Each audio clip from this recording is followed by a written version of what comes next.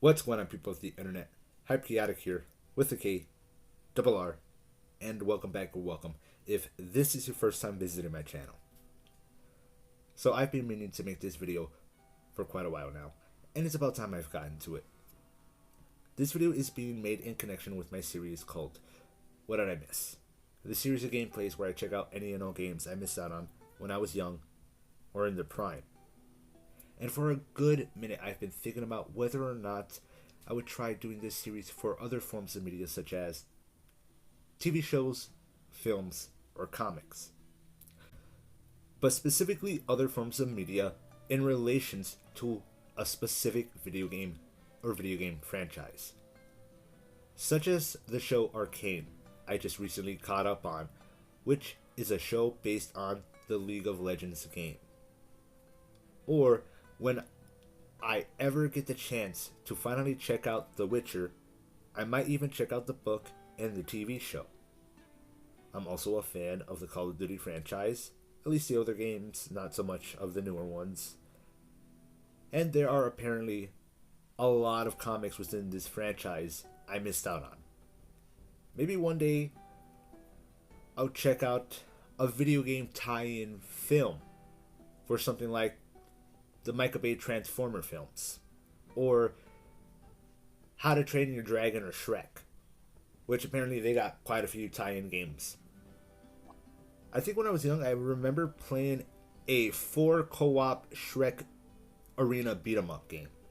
If anybody knows what game I'm talking about, what I'm describing, please let me know in the comment section down below. It was actually pretty fun. I would love to go back and play it. Though I would have to get my hands on it first, or any of those games, and see their other respective tie-in medias first. Wait, so Activision produced both of these movie video game tie-ins? Xbox, you own Activision now. What are the chances of these ever ending up on the Xbox Pass? Just asking.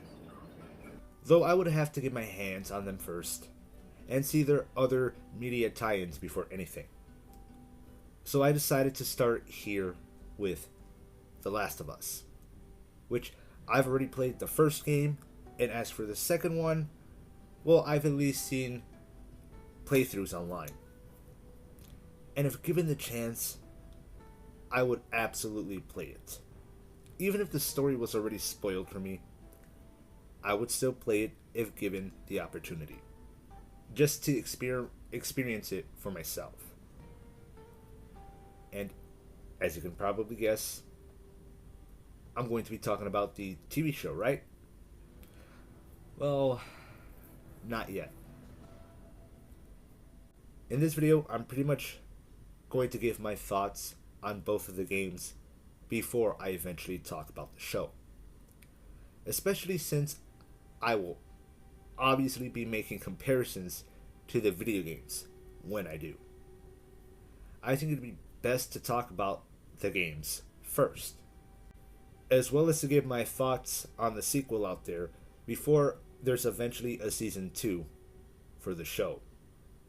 Then when the day comes I catch up on it, I can of course give my thoughts on its comparisons to the game. And when I eventually talk about the show, I especially want to talk about my concerns of how they're going to portray the sequel. Not because I particularly love it or anything, but because it was a controversial sequel. So moving forward with season 2, I am concerned how it's just going to go down in general. But I will go into more details about that when I talk about the show. Now moving forward, just keep this in mind. This is not a review. I'm literally just giving my general thoughts on both games, and that's it. Originally, I was planning on going through this section by section, going through the gameplay, graphics, art design, and whatnot. But I'm just going to go ahead and do this across the board. Graphics, good. Art design, good. World building, stellar. Soundtrack, well, what can I say other than the composer did a fantastic job setting the general tone, mood, and atmosphere for the game.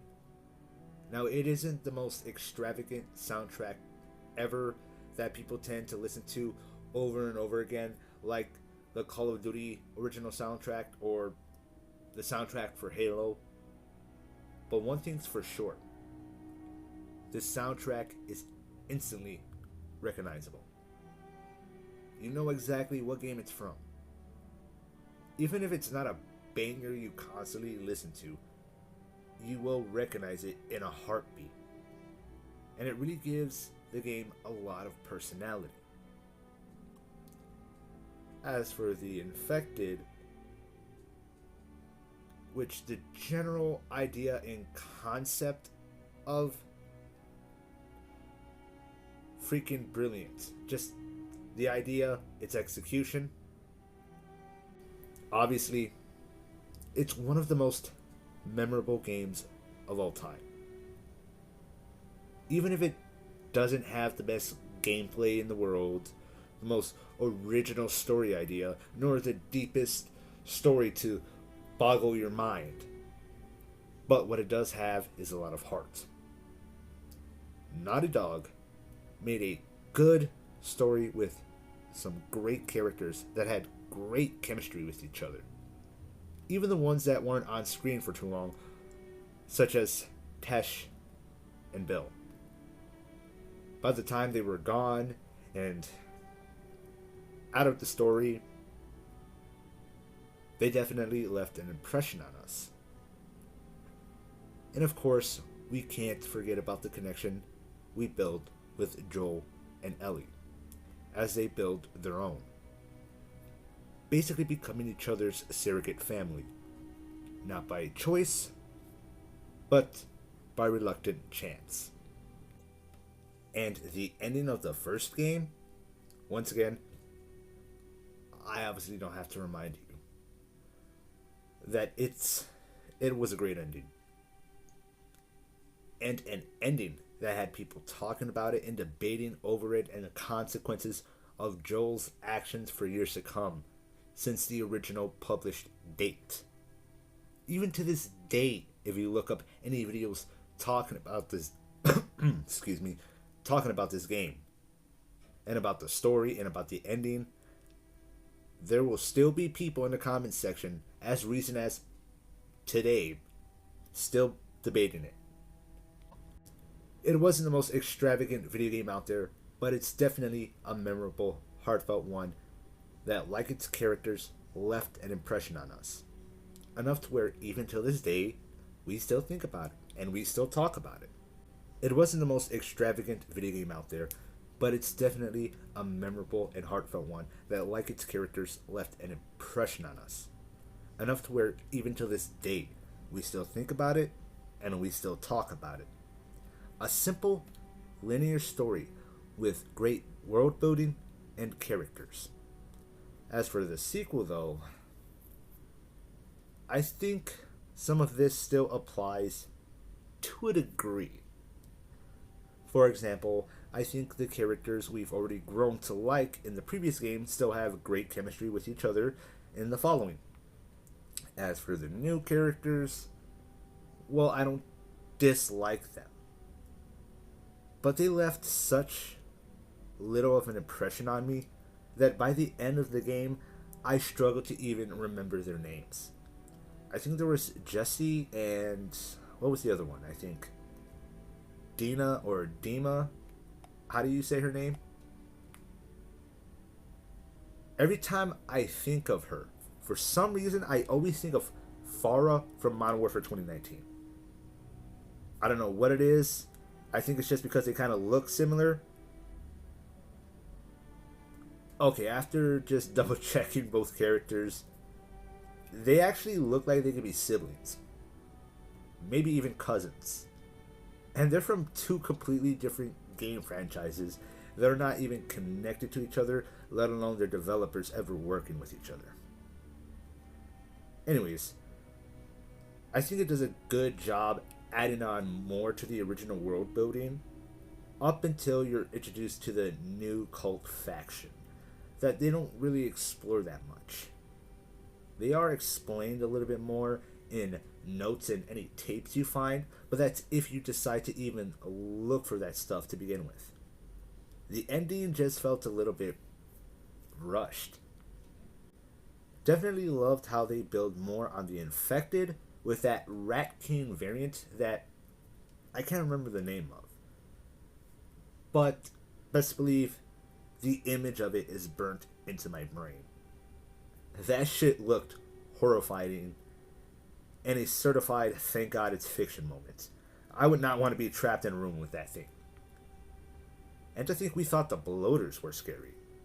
I mean, they still kind of are, but obviously not compared to that thing. And the story definitely feels like certain chapters should be rearranged, sorry. And maybe the story would have been a bit better. Which is probably not the most original criticism to be made of this game, because thousands out there have made this same point already. But I absolutely agree with it. I think if they did do this for the sequel before they published it, it would have been just a little bit better. Maybe people would have connected with Abby a bit more. I would discuss a bit more about her, but all I can say is she did leave a bit of an impression on me. Not for the best of reasons, though. But I don't hate her as a character and can understand how they would have gotten into said predicaments, leading up to Joel's death. I just don't think we build up to it very well. It could have had a better setup. I was definitely expecting Joel to die in the sequel, but I feel like they could have done the setup to it a bit better. And especially with situations of her pregnant friend who still goes on patrol, ignoring the fact that she literally has a baby in her belly, and just doesn't even seem concerned about the risks. It was just so dumb. And you could see her death coming from a mile away. It really felt forced. Even more so when Abby eventually wanted to kill Dina, because, eye for an eye, you killed my pregnant friend, I'll kill yours. Which, again, saw that coming from a mile away. Even if you took one of my eyes out, I would have seen that coming. Oh yeah, there's also Lev and her sister, whose name I don't even care to remember. They were just forgettable. I only remember one specific detail about Lev, which I found out a year later after the game came out. And I will actually talk about it in a later video, no spoilers. But beyond that, I don't remember much about this character or her sister, other than she's from said cult I mentioned earlier, and was going to originally be groomed to be the cult leader's child bride by their cult village. Yeah, and I think was the reason why they left. I don't know if I'm remembering those details 100% correct, but you can let me know in the comment section down below. That is a bit hearsay, of course, after watching a video talking about some details mentioned, said by Lev, and notes, and I think tapes from her sister. Again, don't know if my memory is 100% correct on that. It's been a while since I've seen those videos. As for the ending of this game, well, I could definitely say it was pretty memorable in its own right, but not for the best of reasons. Just like with the first game, people still talk about it, just not in the best of light. And it definitely left people questioning whether they could possibly take the story if they ever wanted to make a third sequel. Some people out there think it would be best to explore where Lev and Abby left off, but I feel like it would, if they were to do that, it would be best to start that off in a DLC and see if people even care at all and would be interested in a third sequel, interested in seeing their story develop further. Just a nice little short story that can continue right where they just last left off, maybe. Like literally right near the ending when Ellie lets them go. Just see how that works out. But that's if they actually come up with anything.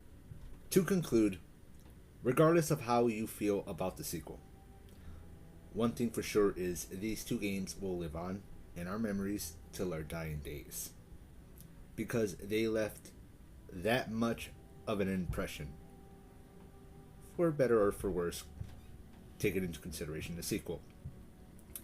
A simple, linear, story-driven game that managed to do a lot with a novel idea for zombies.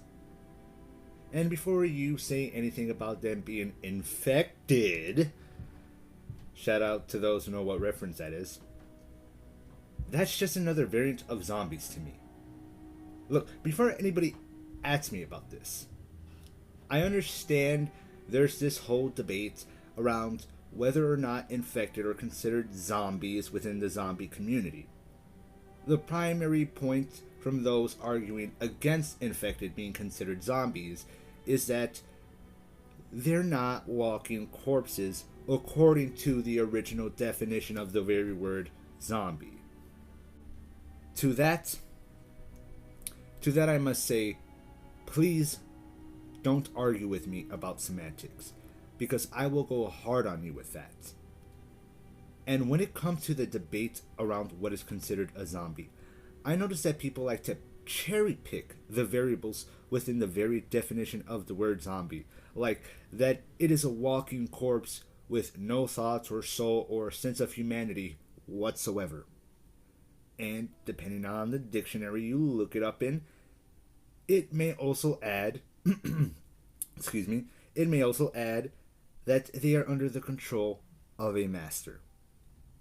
But the most important detail that I want to highlight is that typically the corpses will be raised via voodoo magic. Now, I believe there are circumstances where some definitions will just say magic and not specify what type. But for the original definition, given the origins of the very word zombie, it is specifically a corpse risen via voodoo magic. Now, for those of you who like to argue about what zombies count as, well, zombies, I want you to list me a specific zombie type from any franchise, whether it be a video game, TV show, film, doesn't matter, where the zombies are risen by voodoo magic. With the exception of that one film called White Zombie, because I feel like it would be too obvious, and that's the most notable film of zombies being risen via voodoo magic, and where the term zombie would have been popularized in any sort of media whatsoever. I'm going to bet you can't, because the most zombies you can think of are typically risen by a virus.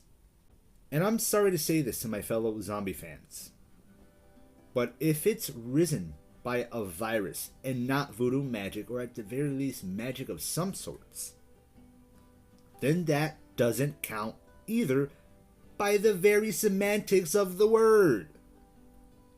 And not to mention that typically within most zombie media that include a virus, the zombies don't have a master in control of them, unless maybe you include the virus itself as a master, which is very questionable.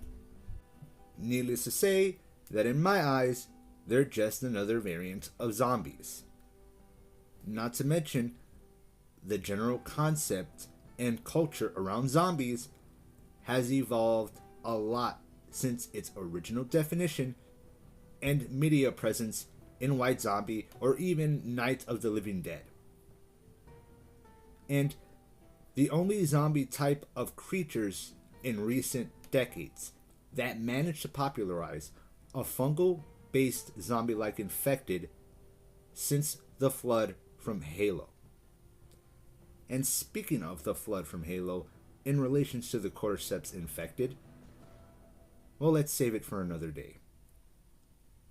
Because let's just say that the cordyceps infected are much more terrifying than what they seem on the surface or beneath their skin.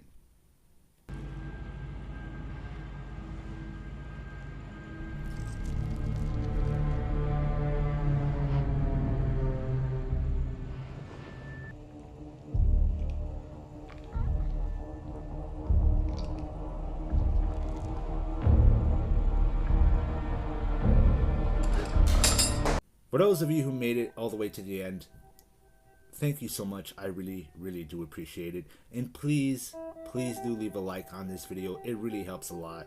If not, please leave a dislike and a comment telling me why. Because any and all interaction is good interaction for my channel and the algorithm. And any and all criticism can help me get better. Once again, this is a video I've been meaning to make for a while. I've just been so caught up with other projects as well, life in general. And it definitely feels good to finally get this off of my plate. Unfortunately, anything related to The Last of Us, I still have a little bit more on my plate. Of course, I will do my What I Miss on the show soon. But of course, I'm going to have to do a video on the Left Behind DLC first, because I just realized that I forgot to even mention that. So, expect a video later on about that. And of course, I will have a video possibly discussing more about the cordyceps infected and the flood. And lastly, I do want to talk a bit about Lev and Abigail in relation to the whole trans controversy. But we'll save that for a later video. Let me know what your thoughts are on both of these games, the DLC, the show, even though I haven't talked about it yet. I don't care. Feel free to tell me any and all thoughts. I want to hear it. And once again, make sure to leave your likes and your dislikes and your comments telling me why. And I really, really do appreciate you making it all the way to the end. Even if you didn't enjoy it, I do appreciate your time. And lastly, subscribe to add a little dose of chaos in your life. For those of you on BitChute, Rumble, and Odyssey, if you're on YouTube, don't bother. The subscription button is broken. If you still want to subscribe because it's easier to go through your subscriptions tab, fine, fair enough.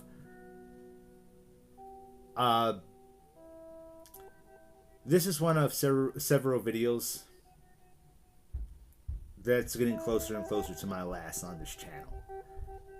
I will eventually move the Hyperchaotic channel to BitChute and Rumble permanently and stop production here altogether. Sometime in maybe January, February, March, I'm not sure yet.